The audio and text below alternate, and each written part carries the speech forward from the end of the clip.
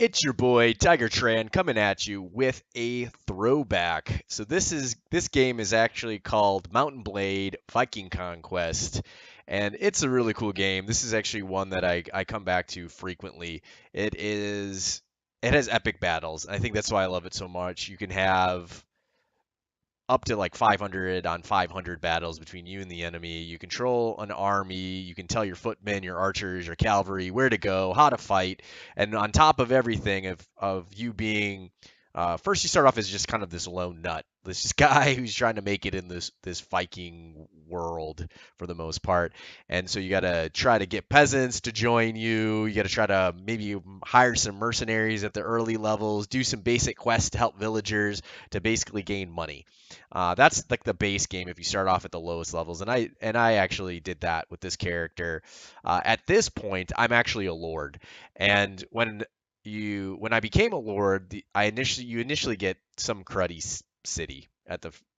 This is actually a nice city, where the position it's at, because I joined the faction Wessex because I like the fact that they're in a corner. I like the fact that it was a highly defensible area.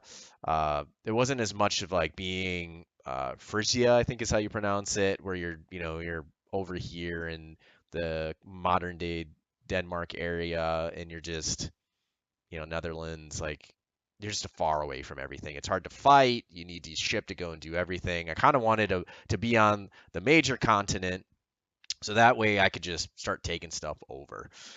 So I fought for a long time, got a bunch of men, built up my relationships with the king. I'm now the marshal.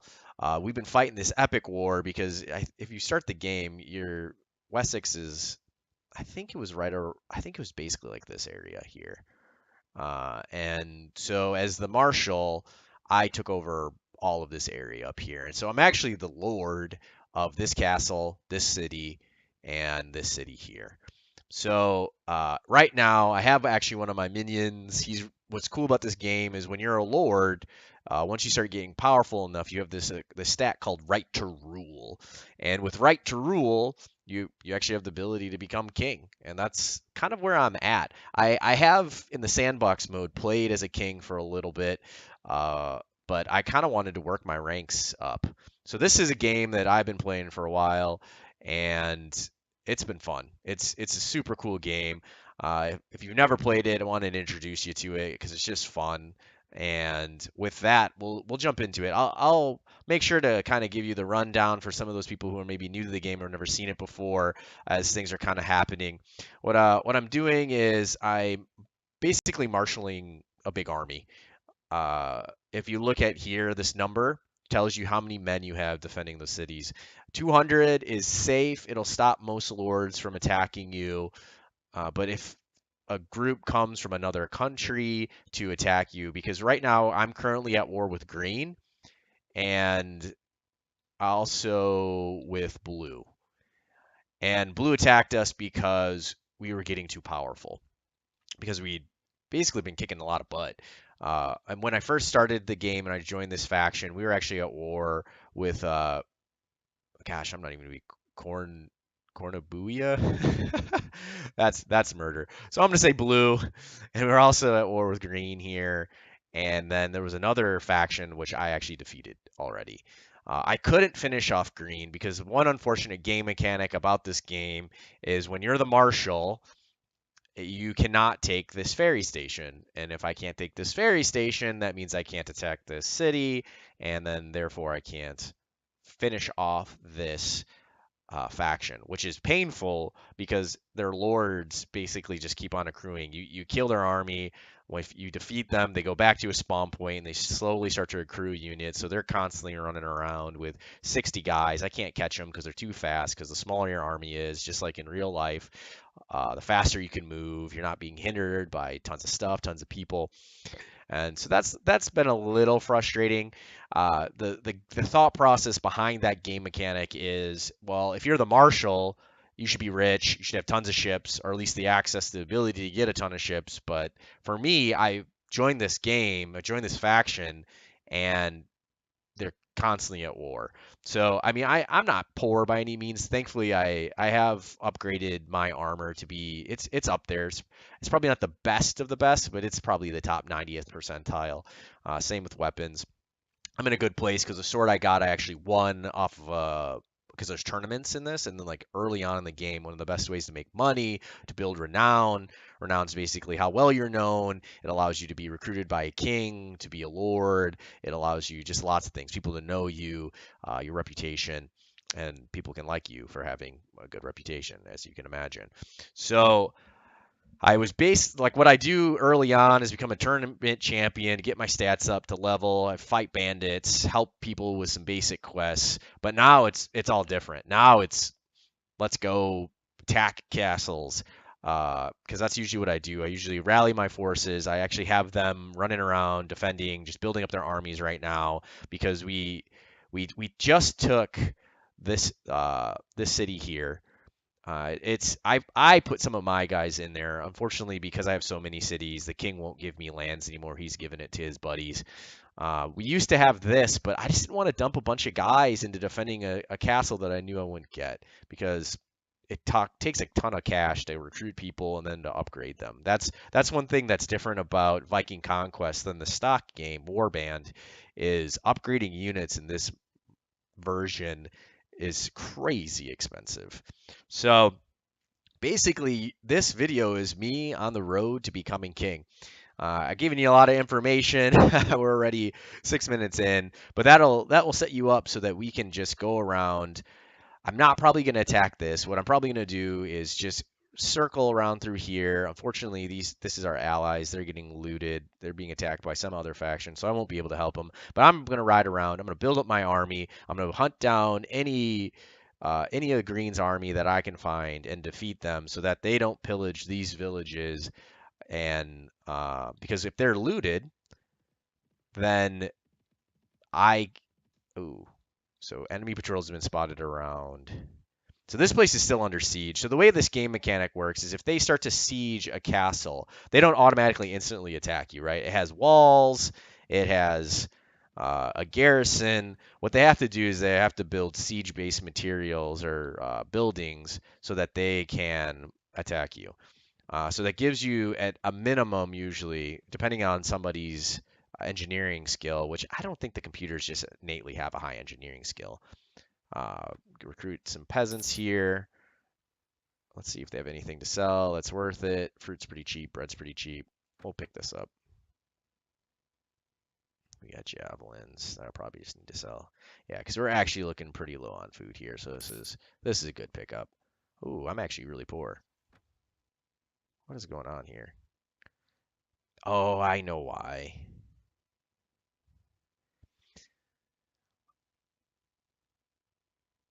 Let me double check. Oh, never mind.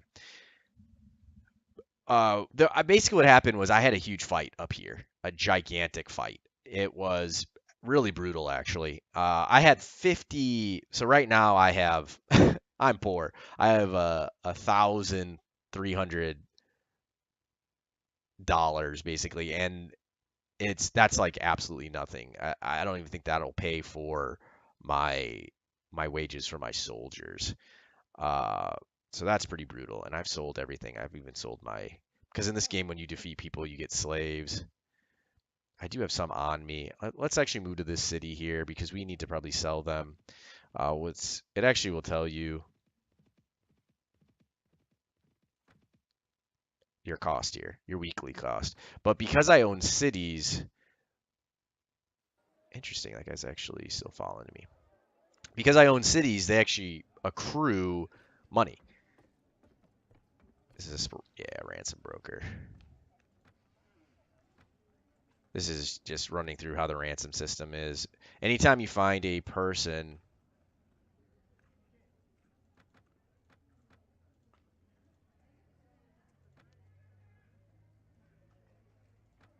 what is going on?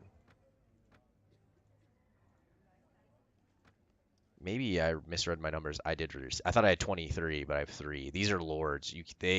You'll be offered money by kingdoms or kings to like a large sum of money to ransom them back. So I'm waiting for them to do that. So we need to make some cash, and we need to make some cash fast, actually. I told one of my other lords to defend this area. I'm just waiting for one of the kings to just get it, because once he owns it, he'll attempt to actually come and defend it. Um, we will pick up peasants along the way just because my training is really high, and what training allows you to do is to earn experience daily for your army.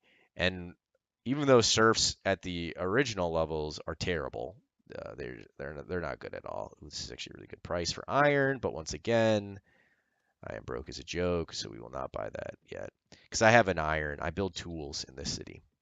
In every city, you can have one manufacturing hub,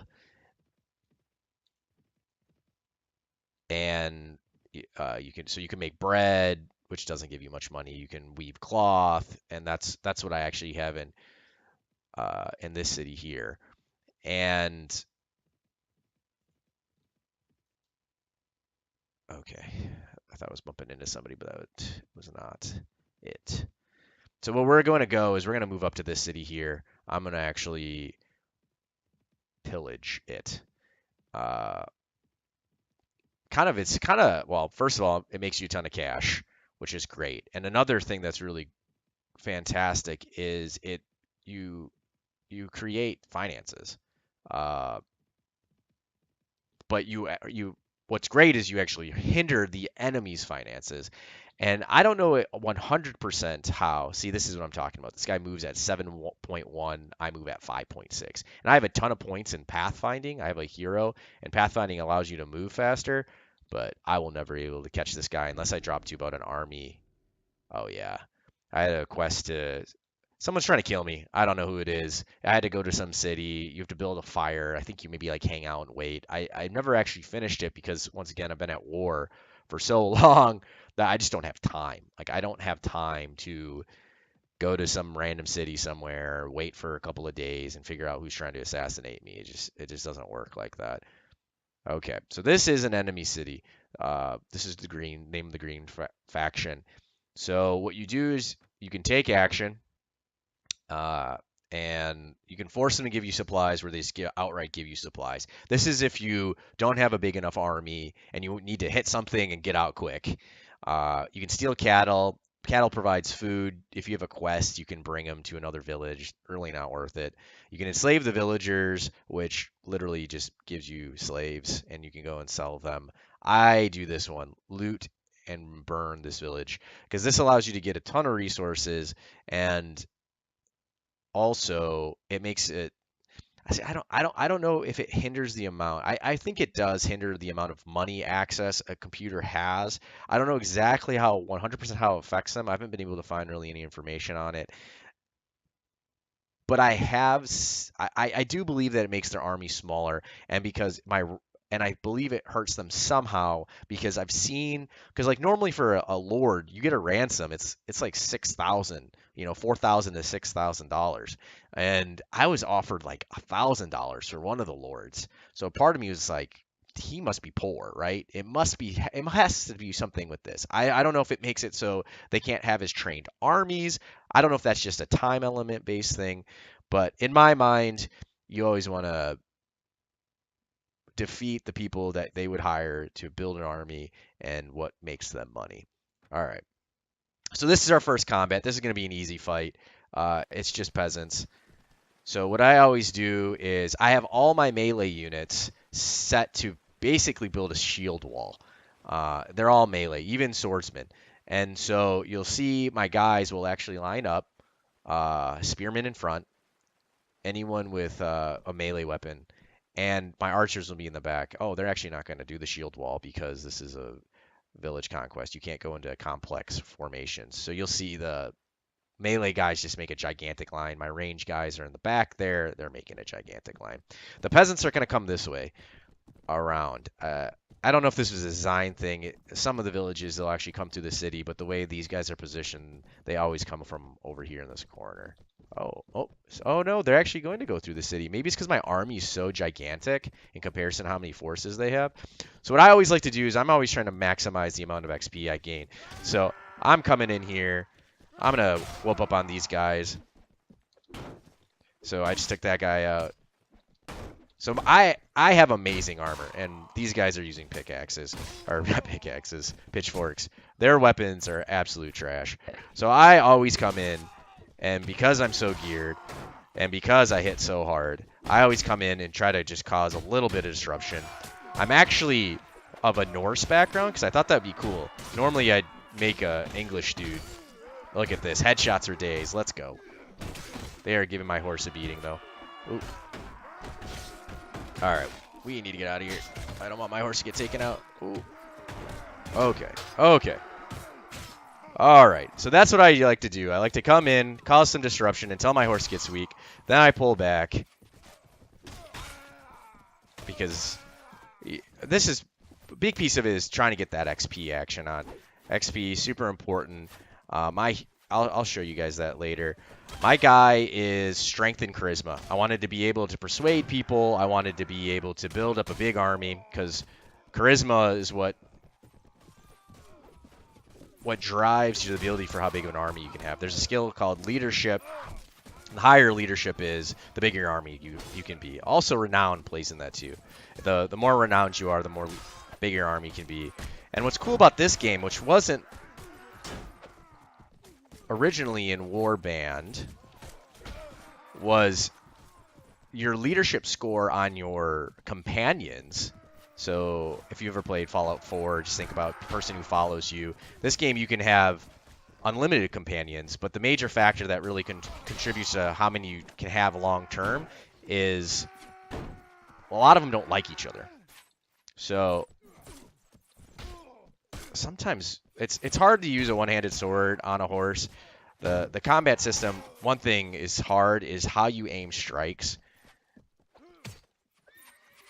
Ooh, my horse just got KO'd. Not a big deal. It's a big deal if he dies or he gets crippled. Ooh, my guy's actually exhausted. All right. Show you. So my guy is strength, and I like to do sword and board. And this just gives me a lot of versatility. Bows aren't great in this. They were incredible in the base game, Warband. But I like just having some range capability, some ability to do damage from afar. And in this game, so yeah, if you look at this, casualties none. They were armed with they were armed with pitchforks and rocks. I actually have a pretty skilled army, so they basically like KO'd hardcore. This is probably one of those super. So I'm gonna continue plundering and raising this village. Who's that? Well, they didn't want a piece of this. Oh, actually, my army is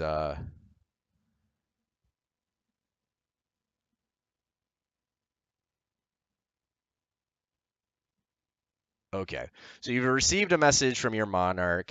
I was most pleased to hear of your valiant efforts in the capture of that city you're showing you to the south. Your victories have gladdened all of our hearts. You've also requested that I give you ownership of this castle. Because in this game, if you take a castle, it should... Oh, wow. It should go to you.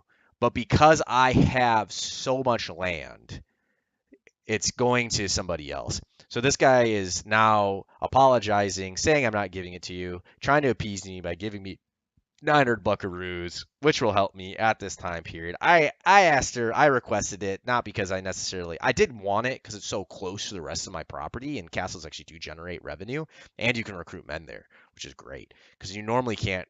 I don't think you can normally recruit men from castles unless you actually own the castle.